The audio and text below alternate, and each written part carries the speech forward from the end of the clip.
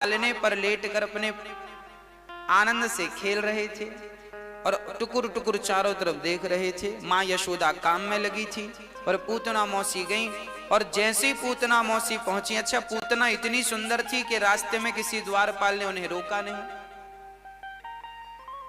है ना। पूतना मौसी चली आई और जैसे ही भगवान कृष्ण पर नजर पड़ी, अच्छा ये बालक है यशोदा का। जैसे ही भगवान को देखा, भगवान की तरफ बढ़ी। अब भगवान की दृष्टि पूतना पर पड़ी तो पूतना को देखकर भगवान समझ गए मौसी जी आ गई, तो तुरंत भगवान ने नेत्रों को बंद कर लिया। भगवान कृष्ण ने पूतना मौसी को देखकर नेत्र बंद कर लिए। क्यों? इसका कारण यह था कि भगवान कहना चाहते हैं कि देखो मौसी जी, आप हमें मारने आई हो और हमारा काम तो तारना है। तो मानो भगवान नेत्र बंद करके पूतना के पुण्यों को देख रहे हैं कि आपके एक भी पुण्य मिल जाएंगे तो हम आपको भवसागर से तार देंगे, इसलिए नेत्रों को बंद कर लिया। अथवा भगवान ने नेत्र इसलिए बंद कर लिए पूतना को देखकर क्योंकि भगवान की एक आंख सूर्य है और एक आंख चंद्रमा है।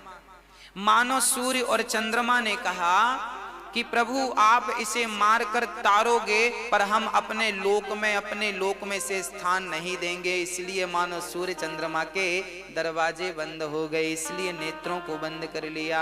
अथवा भगवान ने नेत्र इसलिए बंद कर लिए क्योंकि पूतना का तन सुंदर है, सज के आई है ना, पर पूतना का मन बिल्कुल सुंदर नहीं है। और भगवान ये मैसेज हमें और आपको देना चाहते हैं कि जिसका तन सुंदर है मन सुंदर नहीं है, ऐसों को मैं देखना भी पसंद नहीं करता, इसलिए नेत्रों को बंद कर लिया। भगवान ने मूंद लिए अपने नेत्रों को। भगवान को तन की चाहत ही नहीं है, भगवान को तो निर्मल मन चाहिए, शुद्ध मन। आपके पास होए तो दे दो। भगवान तो चित्त चोर हैं, भगवान माखन नहीं चुराते, मन रूपी मक्खन को चुराते हैं। मन जब मक्खन की तरह निर्मल हो जाए तो भगवान उस मन रूपी मक्खन का हरण कर लेते हैं। चित्त चोर हैं। आज भगवान श्री कृष्ण पूतना को देखकर नेत्रों को बंद करते हैं। पूतना तन की सुंदर है, मन बिल्कुल घटिया है। अच्छा आप लोग भी अपने अपने मन को साफ कर लीजिए जल्दी से, नहीं तो ऐसा तो नहीं कि हम लोग भी जाएं और हमें भी देख के भगवान नेत्र बंद कर लें, क्योंकि हम लोग भी तो तन को ही सजाते हैं, हम लोग भी तो पूतना वाली स्थिति में हैं। हम कौन से बहुत बढ़िया हैं, हमारी हालत भी तो पूतना जैसी ही है। हम लोग भी तो तन में ही तेल फुलेल लगाते हैं, तन को ही साबुन लगा के घिसते हैं। हमारे भी तो मन में कचरा भरा पड़ा है, हमारा भी तो तन बढ़िया है पर मन बिल्कुल बढ़िया नहीं है। क्या करें, मन जब तक बढ़िया नहीं होगा तब तक तन के बढ़िया होने से कोई अर्थ नहीं। इसलिए आप मन को निर्मल किया करिए। भगवान कहते हैं निर्मल मन जन सो मोहि पावा, मोहि कपट छल छेद्र न भावा। आप देखिए भगवान कहते हैं मन निर्मल करो, मन निर्मल करो। और अब समस्या ये खड़ी है मन को निर्मल कैसे करें। अच्छा आप में से कौन कौन अपना मन निर्मल करना चाहता है, आज हम एक उपाय बताएंगे बढ़िया सा। बता दें उपाय। अच्छा मन गंदा है कि नहीं आपका, हाँ या ना, गंदा है। हाँ, पहली बात तो हमारा मन गंदा है ये हमें एक्सेप्ट करना है, स्वीकार करना है। कई लोग स्वीकार नहीं करते, नहीं महाराज हम तो बढ़िया हैं। बढ़िया हो तो बहुत बढ़िया हो। पहली बार तो ये स्वीकार करो कि हाँ मैं गलत हूं। पहले स्वीकार करो फिर सुधार करो। पहले क्या करो, स्वीकार करो कि हाँ मेरा मन गंदा है, हाँ मेरे विचार गंदे हैं, हाँ मेरी दृष्टि गंदी है, हाँ मैं अहंकारी हूं, स्वीकार कर लो, फिर धीरे से सुधार कर लेना। भगवान ये नहीं, देखो मैं दोषी हूं, भगवान दोषियों को भी गले लगाते हैं, पर उन दोषियों को गले लगाते हैं जो अपने दोष स्वीकार कर लेते हैं। भगवान उन दोषियों को कभी गले नहीं लगाते जो दोषी तो हैं पर अपने दोषों को स्वीकार, इन्हीं को जिनमें दोष है पर वो अपने दोषों को स्वीकार नहीं करते, उन्हीं को कपटी कहते हैं। कपट क्या है? कपट की परिभाषा क्या है? गोस्वामी जी कह रहे हैं ना, मोहि कपट छल छिद्र न भावा।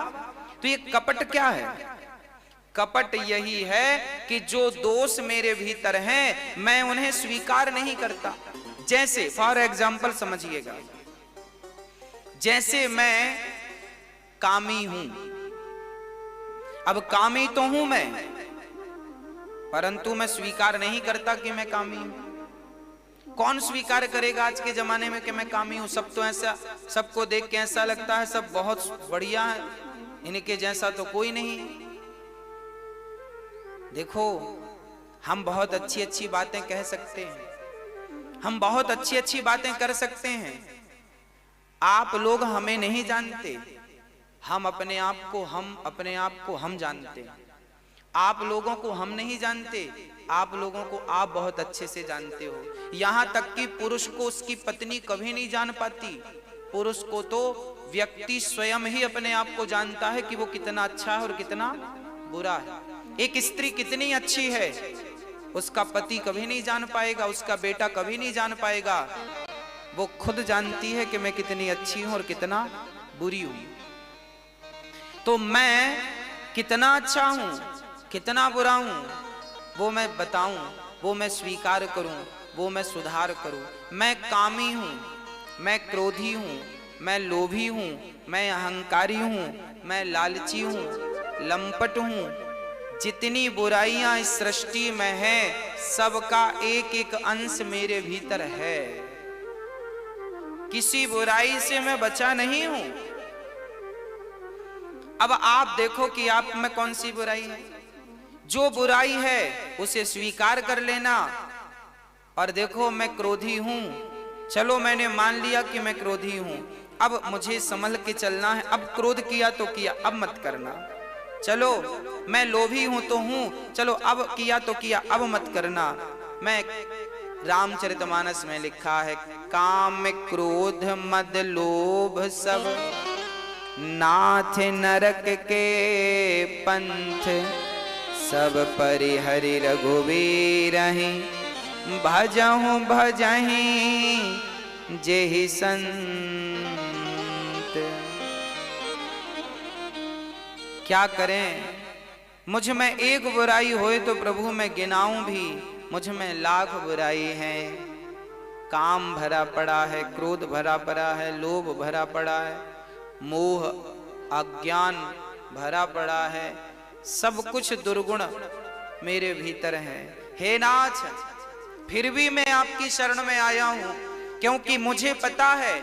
अच्छा एक बात और है, आप मेरे भीतर काम है, क्रोध है, लोभ है, मोह है तो सही, पर यह भी सत्य है कि इनको मैं खत्म भी नहीं कर सकता।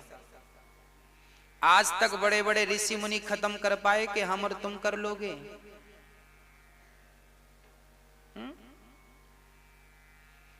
तो हमारी तो ताकत नहीं है भगवान के हम इन्हें खत्म कर सकें। फिर क्या करें? हमारे भीतर बुराइयां हैं पर समस्या यह है कि हम खत्म नहीं कर सकते। फिर कौन करेगा? तो उपाय एक बढ़िया सा है। गाय का बच्चा जब जन्म लेता है तो गाय का बछड़ा या बछड़ी बिल्कुल मलमूत्र से भीगा होता है। गाय क्या करती है? बच्चे को जन्म देने के तुरंत बाद उसे चाटती है और चाट चाट करके बच्चे को निर्मल कर देती है। जैसे वो नन्हा सा बच्चा गाय का वो अपने आप को तो साफ कर नहीं सकता था। यदि माँ साफ ना करती चाट कर, तो क्या बछड़ा अपने आप को साफ कर लेता? अरे वो अपने आप को साफ नहीं कर सकता था। उसी प्रकार है नाथ, जैसे गाय का वो बछड़ा अपने आप को साफ नहीं कर सकता, उसी प्रकार ये दास अनिरुद्ध अपने आप को साफ नहीं कर सकता। यदि इसे कोई साफ कर सकता है तो वो है केवल आप। हे नाथ, आप जैसे भक्तों की चाहत रखते हैं, आपको जैसा भक्त प्रिय है, आप मुझे वैसा ही बना लीजिए, क्योंकि मैं तो वैसा बनने का रहा नहीं, मैं तो वैसा बन नहीं सकता, क्योंकि मुझ में तो कोई योग्यता है नहीं। अच्छा, मुझे कैसे पता चलेगा कि भगवान को ऐसे क्वालिटी के भक्त पसंद है ना? तो मुझे नहीं पता, तो मैं क्या करूं? मैं समर्पण कर दूं। हे नाथ, मैं कामी हूं, क्रोधी हूं, लोभी हूं, जैसा हूं बस आपका हूं, ये याद रखिएगा। हाँ, मैं आपका हूं और आप फिर मुझे जैसा बनाना चाहें आपके ढंग से। मैं तो कच्ची मिट्टी हूं और आप कुम्हार हैं। आप चाहो तो हमारे को सुराही बना दो, आप चाहो तो चिलम बना दो, मर्जी आपकी है। चिलम बनाओगे तो जलता रहूंगा, औरों को जलाता रहूंगा। घड़ा बनाओगे तो ठंडा रहूंगा, औरों को भी शीतलता प्रदान करूंगा। मैं तो मिट्टी हूं, आप मेरे कुम्हार हैं। अब आप मुझे चिलम बनाए या घड़ा बनाए, मर्जी आपकी है। तो आप अपने आप को मिट्टी बना करके भगवान के चरणों में डाल दीजिए। मैं क्या बन जाऊं अपने से? मुझे क्या पता कि मेरे प्रभु को क्या पसंद है। इसलिए कपट आपके भीतर जो बुराइयां हैं उन्हें स्वीकार कीजिए और सुधार कीजिए। मैं जैसा भी हूं नाथ आपका हूं, और धीरे धीरे आपके भीतर जो अवगुण हैं, दोष हैं, उन्हें धीरे धीरे कंट्रोल कीजिएगा। धीरे धीरे अभ्यास कीजिएगा कि वो बुराइयां आपको स्पर्श ना कर सके। जैसे आपके भीतर काम समाया है, तो आप पराई स्त्री को मां की दृष्टि से देखें, पराई पुरुष को पिता की दृष्टि से देखें, या तो भाई की या तो पुत्र की दृष्टि से, या तो बड़ी है तो मां, बराबर की है तो बहन, छोटी है तो बेटी। इस दृष्टि से जब संसार को देखेंगे तो आपके भीतर का जो काम है वो नष्ट हो जाएगा। सब कुछ नष्ट हो सकता है, पर तरीका आए सही तब। हर बीमारी की दवाई है, पर वो सही ढंग से हो तो। हमें केवल दृष्टि बदलने की जरूरत है, सृष्टि बदलने की जरूरत नहीं है। संसार आप मत बदलिए, आप तो संसार को देखने का नजरिया बदल दीजिए। एक कुम्हार चिलम बना रहा था। किसी साधु ने कहा, चिलम क्या बनाता है? घड़ा बना, गर्मी आ रही है। कुम्हार ने घड़ा बनाया, सुखाया, पकाया, बाजार में बेचा, अच्छे पैसे मिले। एक संत ने घड़ा खरीदा और उसे घर के बाहर पानी भर के प्याऊ लगा दिया, जो आता पानी पीता। एक प्यासा व्यक्ति आया और उसने घड़े का जब शीतल मीठा जल पिया तो वो बोला, वाह रे घड़े, तू तो बोल भी नहीं सकता, तू तो बात भी नहीं कर सकता, पर तू मेरे दिल की आग को बुझा सकता है। देख, तूने एक गिलास भर पानी मुझे इतना शीतल प्रदान किया कि मेरा हृदय शांत हो गया। प्यास से मैं तड़प रहा था, तूने मेरी तड़प मिटा दी। तब उस घड़े की मिट्टी से आवाज आई। उस घड़े की मिट्टी ने कुम्हार का धन्यवाद दिया। कुम्हार तेरा धन्यवाद। किसी ने कहा, कुम्हार का धन्यवाद क्यों? तब उस मिट्टी ने कहा कि कुम्हार ने तो मुझे चिलम बनाने को उठाया था, पर उसके विचार बदले तो मुझे घड़ा बना दिया। यदि मुझे चिलम बनाता तो मैं भी जलती, जो पीता वो भी जलता, पर मुझे घड़ा बना दिया, मैं भी ठंडा हूं, जो इसका जल पीता है वो भी शीतलता को प्राप्त होता है। रे कुम्हार, तेरे विचार बदले, मेरी जिंदगी बदल गई। तेरी दृष्टि बदली, मेरी सृष्टि बदल गई। यदि संसार बदलना है तो नजरिया बदल दो। देखने का नजरिया बदल जाए, जिस दिन दृष्टि बदल गई उस दिन ये सृष्टि बदल जाएगी। तो दृष्टि कैसी हो? दृष्टि ऐसी हो कि सब में परमात्मा समाया है। आपको काम मिटाना है तो अपनी माँ का दर्शन हर स्त्री में करो। काम मिटाना है तो पुरुष में, हर पुरुष में पिता का, भाई का, पुत्र का दर्शन करो, मिट जाएगा काम। क्रोध मिटाना है तो क्रोध मिटाना भी बड़ी बात नहीं है। अच्छा, क्रोध आता कहां से है? क्रोध आने के दो रास्ते होते हैं। पहला रास्ता तो क्रोध का यह है कि आपकी इच्छा पूरी ना होना। आपकी इच्छा है कि हमें ये मिल जाए, तो मिल गया तो आप खुश, और नहीं मिला तो आपके मन की हो गई तो आप प्रसन्न हैं, और मन की नहीं हुई तो आप दुखी हैं, है ना?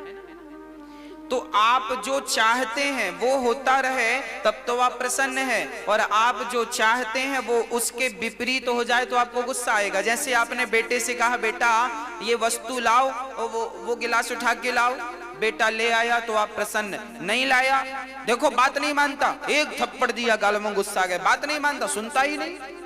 मतलब आपके अनुकूल व्यवहार हो तब तो आप प्रसन्न हैं, और आपके अनुकूल व्यवहार ना हो तो आपको गुस्सा आता है। यही है ना, सबके साथ यही होता है ना। आपकी अनुकूलता ना होने से क्रोध आता है। आपने बहू से कहा कि आज तुम्हें मटर पनीर बनाना है, पर आज बहू ने मटर पनीर नहीं बनाया, सिंपल दाल बना के रख दी, तो सासू माँ को गुस्सा आ गया। बात नहीं सुनती, बात नहीं मानती। लो, गुस्सा क्यों आया? गुस्सा इसलिए आया क्योंकि आपके मन की नहीं हुई। मन की हो जाती तो क्रोध का सवाल नहीं था। तो क्रोध आता है आपकी अनंत इच्छाओं से। किससे? इसलिए यदि क्रोध को मिटाना है तो आप क्रोध को मत मिटाइए। अरे भाई, पेड़ के पत्ते झड़ा देंगे तो फिर पत्ते निकल आएंगे, फिर पत्ते झड़ाइए, फिर पत्ते। पेड़ के पत्ते मत झड़ाइए, जड़ काट दीजिए, अपने आप पत्ते आने बंद हो जाएंगे। क्रोध को मिटाना है तो क्रोध को मत मिटाइए, क्रोध जहां से आता है वो दोष मिटा दीजिए, अपने आप क्रोध आना बंद हो जाएगा। अब बताइए, क्रोध कहां से आता है? आपकी इच्छाओं से क्रोध आता है। आपके भीतर जो इच्छाएं हैं, आपकी तमाम इच्छाएं ही आपके क्रोध का कारण बनती हैं। मैया,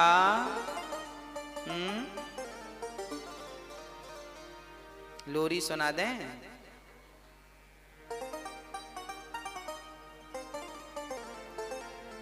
इसलिए आपको क्या नहीं करना मेरी मां? क्या नहीं करना? क्रोध की बात नहीं कर रहा हूं मैं। क्रोध तो कोई है ही नहीं, क्रोध की तो कोई ताकत ही नहीं है। आपकी अनंत इच्छाएं, आपको ज्यादा इच्छाएं नहीं करना। इसलिए शास्त्र कहते हैं, जब आवे संतोष धन। जो व्यक्ति संतोषी होता है वो कभी क्रोध नहीं करता, जो व्यक्ति असंतोषी होता है उसी को क्रोध आता है।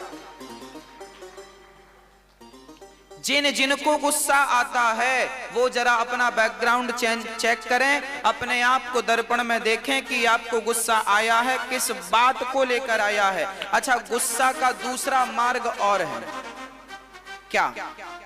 पहला क्या बताया हमने? मैया बोलो, मैया जोर से बोलो। आपकी इच्छाएं ही आपके क्रोध का कारण है। दूसरा भी क्रोध का कारण है, आपका एटीट्यूड, अहंकार। आप बड़े अहंकारी हैं। आप रास्ते से जा रहे हैं और किसी ने हल्का सा धक्का मार दिया, तो जब धक्का मारा तो आप चूंकि अहंकारी हैं तो आप फिर गुस्सा कर, ए भाई देख के नहीं चलता, पागल हो गया, तेरा दिमाग खराब हो गया, जानता नहीं मैं कौन हूं, बस। तो दूसरा क्रोध का मार्ग क्या है? आपका अहंकार। आपके भीतर दो चीजें चली गई, आपके भीतर से अहंकार चला गया और आपकी इच्छाएं चली गई, तो सच कहता हूं आप भगवान बन जाएंगे। भगवान, आपकी ये अनंत इच्छाएं आपको परेशान करती हैं, घुमाती हैं संसार में। और याद रखना, ये जो इच्छाएं हैं आपकी, इन इच्छाओं को जो आप पूरी करने में लगे हो, दाढ़ी बाल सब पक गए इन इच्छाओं की पूर्ति में, पर इच्छाएं पूरी नहीं भई। तुम्हारे दादा परदादा भी इच्छाओं की पूर्ति में लगे थे, उनकी भी नहीं हो सकी। आप भी इन्हीं में लग गए, आपकी भी नहीं होंगी, और आपकी आने वाली पीढ़ी भी इच्छाओं की पूर्ति करती रहेगी। सबकी इच्छाएं क्या है? अरे आज के इंसान की इच्छाएं भी सीमित हैं। मैं मानता हूं कि आज के इंसान की इच्छाएं बिल्कुल सीमित हैं। कैसी इच्छाएं हैं? आज के व्यक्ति को केवल कुछ चीजें चाहिए। पहला, उसके पास बड़ा घर हो, इसकी पहली इच्छा।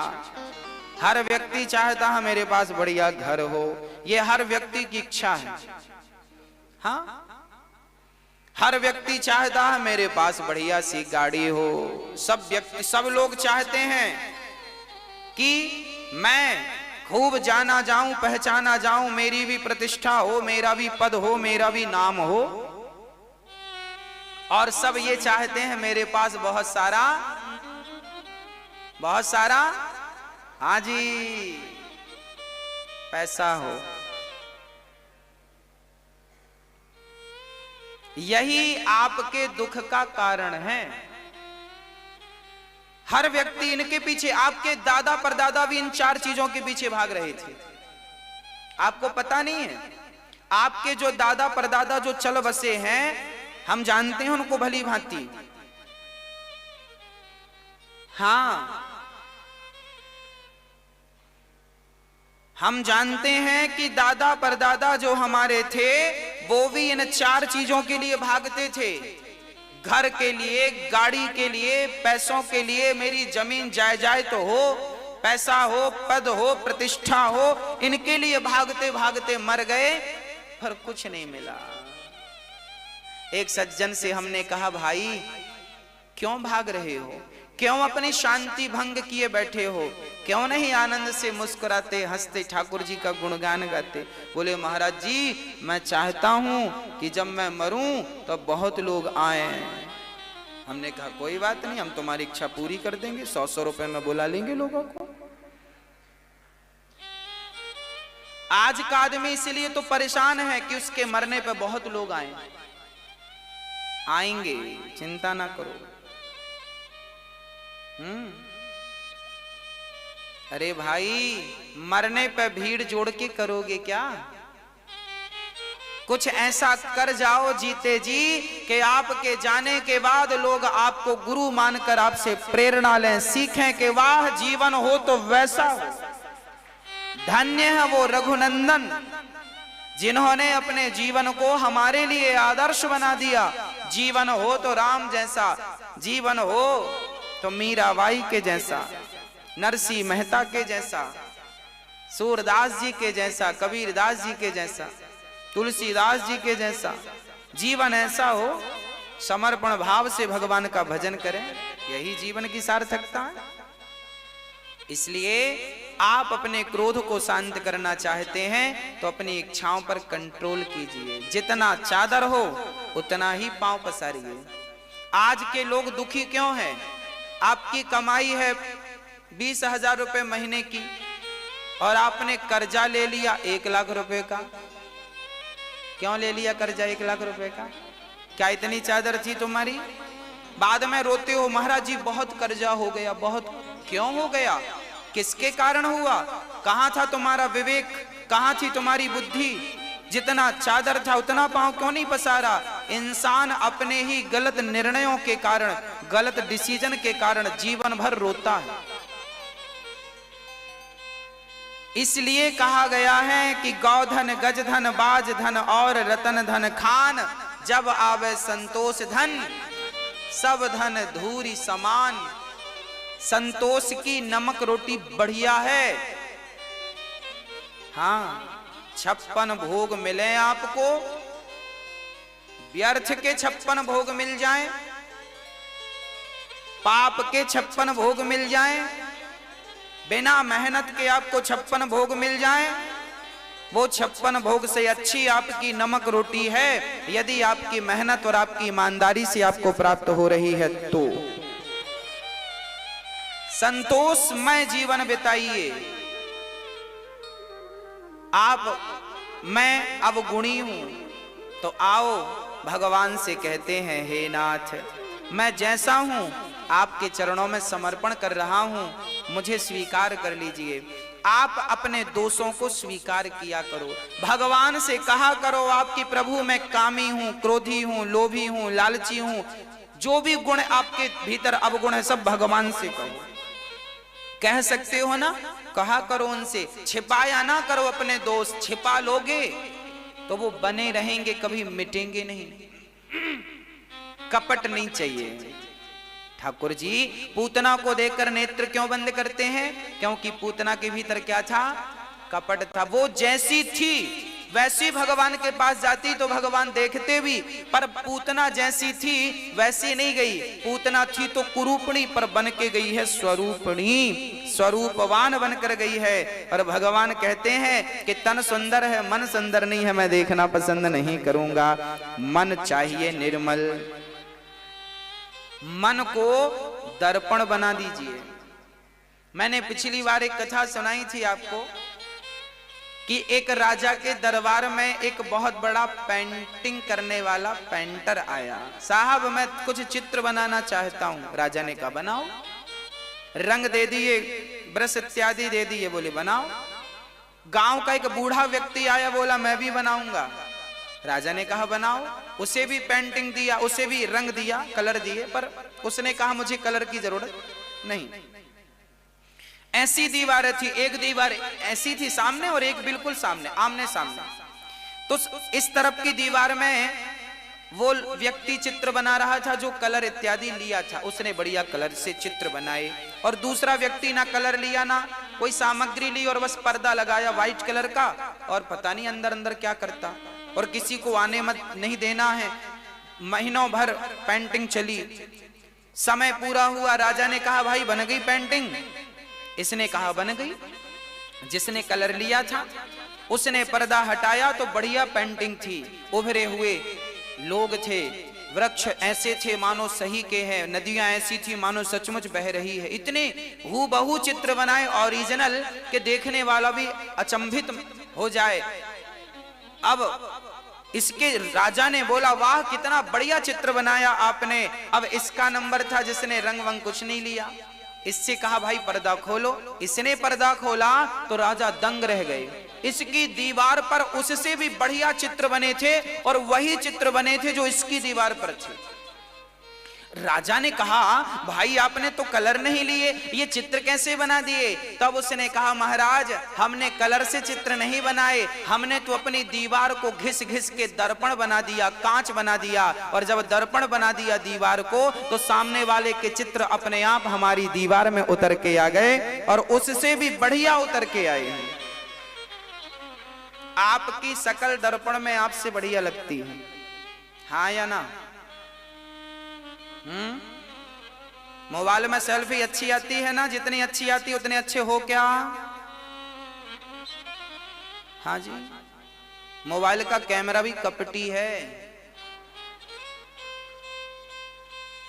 जैसे हो वैसा नहीं दिखाता, अच्छा करके दिखाता है। आपको अच्छा लगता वाह इसमें तो सेल्फी बढ़िया आ रही है। आप ये नहीं समझ रहे हैं कि भाई वो तो गोरे काले को भी गोरा कर देता है। आपको लगता कैमरा अच्छा है, मोबाइल अच्छा, मोबाइल अच्छा नहीं, वो कपटी है। आपने दीवार को घिस घिस के दर्पण बनाया तो जो चित्र इसके भीतर था वही इसके भीतर आ गया। बस यही करना है, श्री गुरु चरण सरोज रज निज मन मुकुर सुधारी। बस आप भी अपने मन को, अपने मन रूपी दर्पण को घिस घिस के जो जन्म जन्म की धूल जमा है घिस घिस के से साफ कर दीजिए। जब ये दर्पण की तरह हो जाएगा तो परमात्मा का चित्र अपने आप आपके दर्पण में अंकित हो जाएगा, उतर आएगा। आपको भगवान के पीछे नहीं भागना, अरे भगवान कहीं भी होगा, उसका चित्र दर्पण में उतर आएगा। बस दर्पण बन जाए मन, तब निर्मल मन के दर्पण में वो प्रभु का दर्शन पाएगा। दर्पण बने तो सही, पर दर्पण बने तब तो है। साफ सुथरा बने तब तो है, अभी भी इसमें कपट की धूल जमी है, अहंकार की धूल जमी है, क्रोध की धूल जमी है, वासनाओं की धूल जमी है। ये धूल हटे तो काम बने। पूतना आई, ठाकुर जी को पकड़ती हैं मेरे गोविंद को, और पकड़कर पूतना मौसी लेकर गई। भगवान ने स्तनपान किया, थोड़ा सा दूध था, दूध पी लिया। थोड़े प्राण थे, भगवान ने प्राणों का पान कर लिया। जब प्राण जहर था, जहर पिया, दूध था, दूध पिया, प्राण पीने लगे। पूतना चिल्लाई, बालक छोड़ दो, छोड़ दो। भगवान बोले, मौसी जी यहाँ पकड़ने की व्यवस्था तो है, पर यहाँ छोड़ने की कोई व्यवस्था नहीं है। यहाँ एक बार कोई पकड़ में आ जाए तो फिर छूटता नहीं है। यहाँ हम पकड़ना तो जानते हैं, पर छोड़ना नहीं जानते। भगवान ने पूतना को पकड़ लिया और पूतना भगवान को लेकर उड़ी आकाश में। भगवान ने पूतना के प्राणों को पान किया, पूतना धम्म से नीचे गिर पड़ी। बोलिए भक्त वत्सल भगवान की जय। पूतना मौसी को भगवान ने बढ़िया सा मजा चखाया, और पूतना मौसी जब मरी तो यशोदा मैया दौड़ी, हे भगवान या को सत्यानाश है जाए, मारे छोरा को लेके भाग गई। अब ब्रजवासी दौड़े और पूतना के शरीर में नसैनी लगा करके लाला को लाए के गाय की पूंछ से लाला की नजर उतारवे लगी। मैया ब्राह्मण देवता स्वस्ति पाठ करवे लग गए। अब तो सारे नगर में हल्ला हो गया कि पूतना अपने ही पापों से मर गई। अच्छा, नंद बाबा गए थे कंस का कर चुकाने। रास्ते में वसुदेव जी मिले, कहा जाओ बड़ा संकट चल रहा है। तो वसुदेव जी के कहने से नंद बाबा आए तो देखे पूतना मौसी मरी पड़ी थी। तब उसके लिए चिता बनाई, शरीर को काट कर चिता पे रखा, और जब आग लगाई तो पूतना के शरीर से सुगंध निकल पड़ी। सुगंध क्यों निकली? क्योंकि भगवान ने पूतना को तार दिया था। क्यों तार दिया? क्योंकि भगवान तो केवल तारना ही जानते हैं। कुछ लोग हमें ऐसे मिले जो कहते हैं, गुरुजी भगवान ने तो हमें बहुत दुख दिया, भगवान ने तो हमें बहुत कष्ट दिया। याद रखना मेरी माँ, भगवान किसी को दुख नहीं देते, भगवान किसी को कष्ट नहीं देते। राम न मारे काहू को, पापी नहीं आराम, आप से मर जात है कर कर खोटे काम। भगवान किसी को मारते नहीं हैं, हर व्यक्ति अपने ही पापों का फल भोगता है, अच्छा या बुरा। इसलिए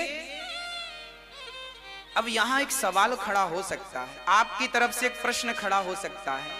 वो प्रश्न यह है कि महाराज जी, जब हम अपने ही कर्मों का फल भोगते हैं, हम अच्छा करेंगे तो हमें अच्छा मिलेगा, हम बुरा करेंगे तो हमें बुरा मिलेगा। जब हमें कर्मों का ही फल भोगना है, अच्छा या बुरा, तो फिर भगवान की भक्ति करने का अर्थ क्या है?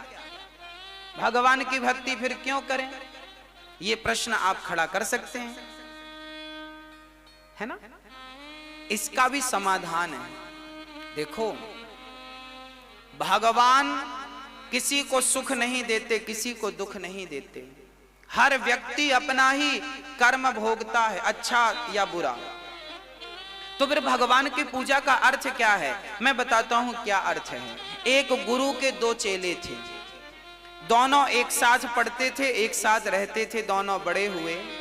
तो एक की बुद्धि बिगड़ गई और वो वैश्या के घर जाने लगा, और दूसरा बड़ा अच्छा था तो वो सत्संग में जाया करता था।